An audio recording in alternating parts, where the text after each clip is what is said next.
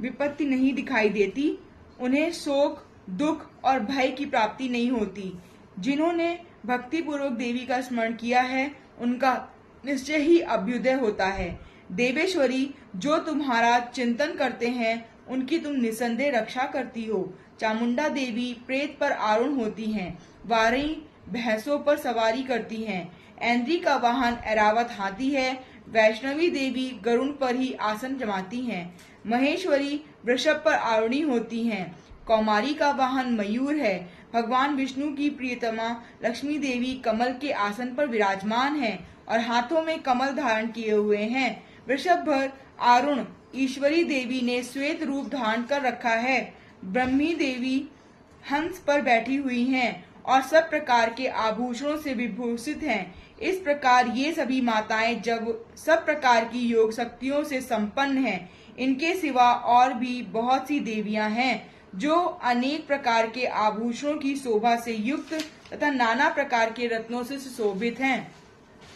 ये संपूर्ण देवियां क्रोध में भरी हुई हैं और भक्तों की रक्षा के लिए रथ पर बैठी दिखाई देती हैं। ये शंख, चक्र, गदा, शक्ति, हल और मूसल, घेटक और तोमर, परशु तथा पास, कुंत और त्रिशूल एवं उत्तम सारंग, धनुष आदि अस्त्र शस्त्र अपने हाथों में धारण करती हैं। दैत्यों के शरीरों का नाश करना, भक्तों को अभय दान देना और देवताओं का कल्याण करना, यही इनके शस्त्र धारण उद्देश्य हैं।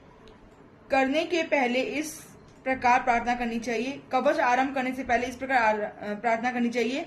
महान रौद्र मुख, अत्यंत घोर पराक्रम, महान बल और महान उत्साह वाली देवी, तुम महान भय का नाश करने वाली हो, तुम्हें नमस्कार है। तुम्हारी ओर देखना भी कठिन है। शत्रुओं का भय बढ़ाने वाली जगदम्बिके, मेरी रक्षा करो।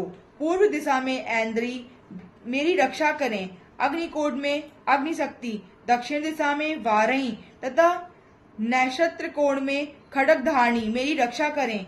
पश्चिम दिशा में वारुणी और वाव्य कोण में मृग पर सवारी करने वाली देवी मेरी, उत्तर दिशा में कौमारी और ईशान कोण में शूल धारणी देवी रक्षा करें। ब्रह्माणी, तुम ऊपर की ओर से मेरी रक्षा करो और वैष्णवी देवी नीचे की ओर से मेरी रक्षा करें। इसी प्रकार सबको अपना वाहन बनाने वाली चामुंडा देवी दसों दिशाओं में मेरी रक्षा करें। जया आगे से, विजया पीछे से ओर से मेरी रक्षा करें। वाम भाग में अजिता और दक्षिण भाग में अपराजिता रक्षा करें। उद्योतिनी शिखा की रक्षा करें। उमा मेरी मस्तक पर विराजमान होकर रक्षा करें। ललाट में मालाधरी रक्षा करें और यशस्विनी देवी मेरे भवों का संरक्षण करें। भवों के मध्य भाग में त्रिनेत्रा और नथनों की यम घंटा देवी रक्षा करें। दोनों नेत्रों के मध्य भाग में शंखनी और कानों में द्वारवासिनी रक्षा करें। कालिका देवी कपलों की तथा भगवती सांकरी कानों के मूल भाग की रक्षा करें। नासिका में सुगंधा और ऊपर के ओठों में चर्चिका देवी रक्षा करें। नीचे के ओठों में अमृत कला तथा जिह्वा में सरस्वती देवी रक्षा करें। कौमारी दांतों की और चंडिका का कंठ प्रदेश की रक्षा करें। चित्र घंटा गले की घंटी की और महामाया तालु में रहकर रक्षा करें। कामाक्षी ठोडी की और सर्वमंगला देवी मेरी वाणी की रक्षा करें। भद्रकाली ग्रीवा में धनुर्धरी पृष्ठ वंश में रहकर रक्षा करें।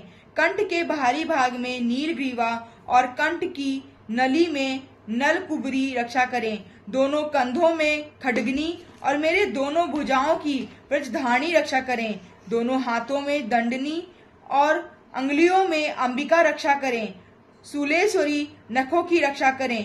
कुलेश्वरी कुछ में रहकर रक्षा करें। महादेवी दोनों स्तनों की और शोक विनाशिनी देवी मन की रक्षा करें। ललिता देवी हृदय में, शूल धारणी देवी उदर में रहकर रक्षा करें। नाभि में कामिनी, गुह्य भाग की गुहेश्वरी देवी रक्षा करें। पूतना, कामिका लिंग की और महिषवादिनी गुदा की रक्षा करें। भगवती कटि भाग में और विंध्यवासिनी घुटनों की रक्षा करें। संपूर्ण कामनाओं को देने वाली महाबला देवी दोनों पिंडलियों की रक्षा करें।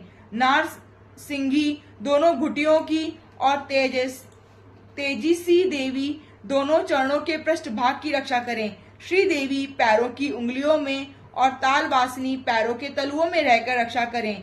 अपनी दाढ़ों के कारण भयंकर दिखाई देने वाली दृष्टा कराली देवी नखों की, ऊर्ध्वकेशिनी देवी केसों की रक्षा करें। रोम वलिकों में, छिद्रों में कौबेरी और त्वचा की वागीश्वरी देवी रक्षा करें।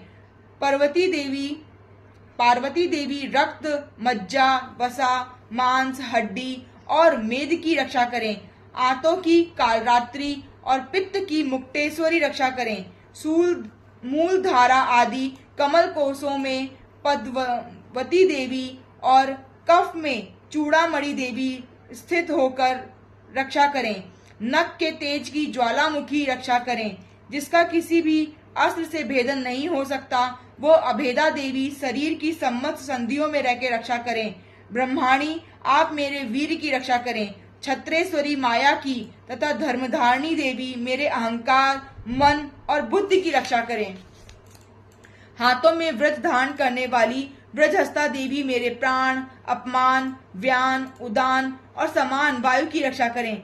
कल्याण से शोभित होने वाली भगवती कल्याण शोभना मेरे प्राण की रक्षा करें। रस, रूप, गंध, शब्द और स्पर्श इन विषयों का अनुभव करते समय योगिनी देवी रक्षा करें तथा सत्व गुण, रजोगुण और तमोगुण रक्षा सदा नारायणी देवी करें। वाहरई आयु की रक्षा करें, वैष्णवी धर्म की रक्षा करें और चक्रणी देवी यश, कीर्ति, लक्ष्मी, धन तथा विद्या की रक्षा करें। इंद्राणी आप मेरे गोत्र की रक्षा करें। चंडिके तुम मेरे पशुओं की रक्षा करो।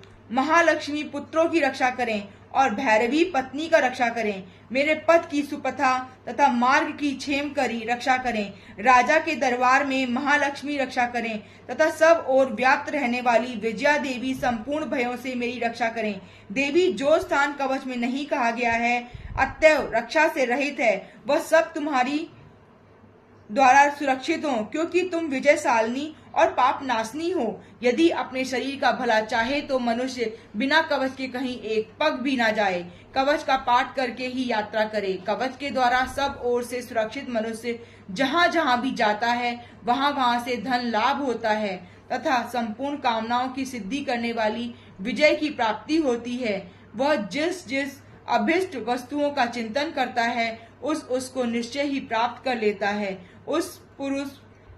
वह पुरुष इस पृथ्वी पर तुलना रहित महान ऐश्वर्य का भागी होता है। कवच से सुरक्षित मनुष्य निर्भय हो जाता है, युद्ध में उसकी पराजय नहीं होती तथा वह तीनों लोकों में पूजनीय होता है। देवी का यह कवच देवताओं के लिए भी दुर्लभ है। जो प्रतिदिन नियम पूर्वक तीनों संध्याओं के समय श्रद्धा के साथ इसका पाठ करता है, उसे दैवी कला प्राप्त होती है तथा वह तीनों लोकों में कहीं भी पराजित नहीं होता। इतना ही नहीं, वह मृत्यु से रहित हो 100 से अधिक वर्षों तक जीवित रहता है। मकड़ी, चेचक, कोढ़ आदि उसकी संपूर्ण व्याधियां नष्ट हो जाती। कनेर, भांग, अफीम, धतूरे आदि का स्थावर विष, सांप और बिच्छू आदि के काटने से चढ़ा हुआ जंगम विष तथा अहिफेन और तेल के संयोग आदि से बनने वाले कृत्रिम विष, ये सभी प्रकार के विष दूर हो जाते हैं, उनका कोई असर नहीं होता। इस पृथ्वी पर मारण, मोहन आदि जितने अभिचारिक प्रयोग होते हैं तथा इस प्रकार के जितने मंत्र यंत्र होते हैं, वे सब इस कवच को हृदय में धारण कर लेने पर उस मनुष्य को देखते ही नष्ट हो जाते हैं। ये ही नहीं, पृथ्वी पर विचरने वाले ग्राम देवता, आकाशचारी देव विशेष, जल के संबंध से प्रकट होने वाले गण, उपदेश मात्र से सिद्ध होने वाले निम्न कोटि के देवता, अपने जन्म के साथ प्रकट होने वाले देवता, कुल देवता, माला, डाकनी, साकनी, अंतरिक्ष में विचरने वाली अत्यंत बलवती भयानक डाकनियां, ग्रह, भूत, पिशाच, यक्ष, गंधर्व, राक्षस, ब्रह्म राक्षस, बेताल, कुष्मांड और भैरव आदि अनिष्टकारक देवता भी हृदय में कवच धारण किए रहने पर उस मनुष्य को देखते ही भाग जाते हैं। कवचधारी पुरुष को राजा से सम्मान वृद्धि प्राप्त होती है। यह कवच मनुष्य के तेज वृद्धि करने वाला उत्तम है। कवच का पाठ करने वाला पुरुष अपनी कीर्ति से विभूषित भूतल पर अपने सुयश के साथ साथ वृद्धि को प्राप्त होता है। जो पहले कवच का पाठ करके उसके बाद सप्तशती चंडिका का पाठ करता है, उसकी जब तक वन पर्वत और काननों सहित यह पृथ्वी टिकी रहती है, तब तक यह पुत्र पौत्र आदि संतान परंपरा बनी रहती है। फिर देह का अंत होने पर वह पुरुष भगवती महामाया प्रसाद से उस नित्य परम पद को प्राप्त होता है, जो देवताओं के लिए भी दुर्लभ है। वह सुंदर दिव्य रूप धारण करता है और कल्याण में शिव के साथ आनंद में भागी होता है। तो इसी प्रकार से कवच खत्म होता है।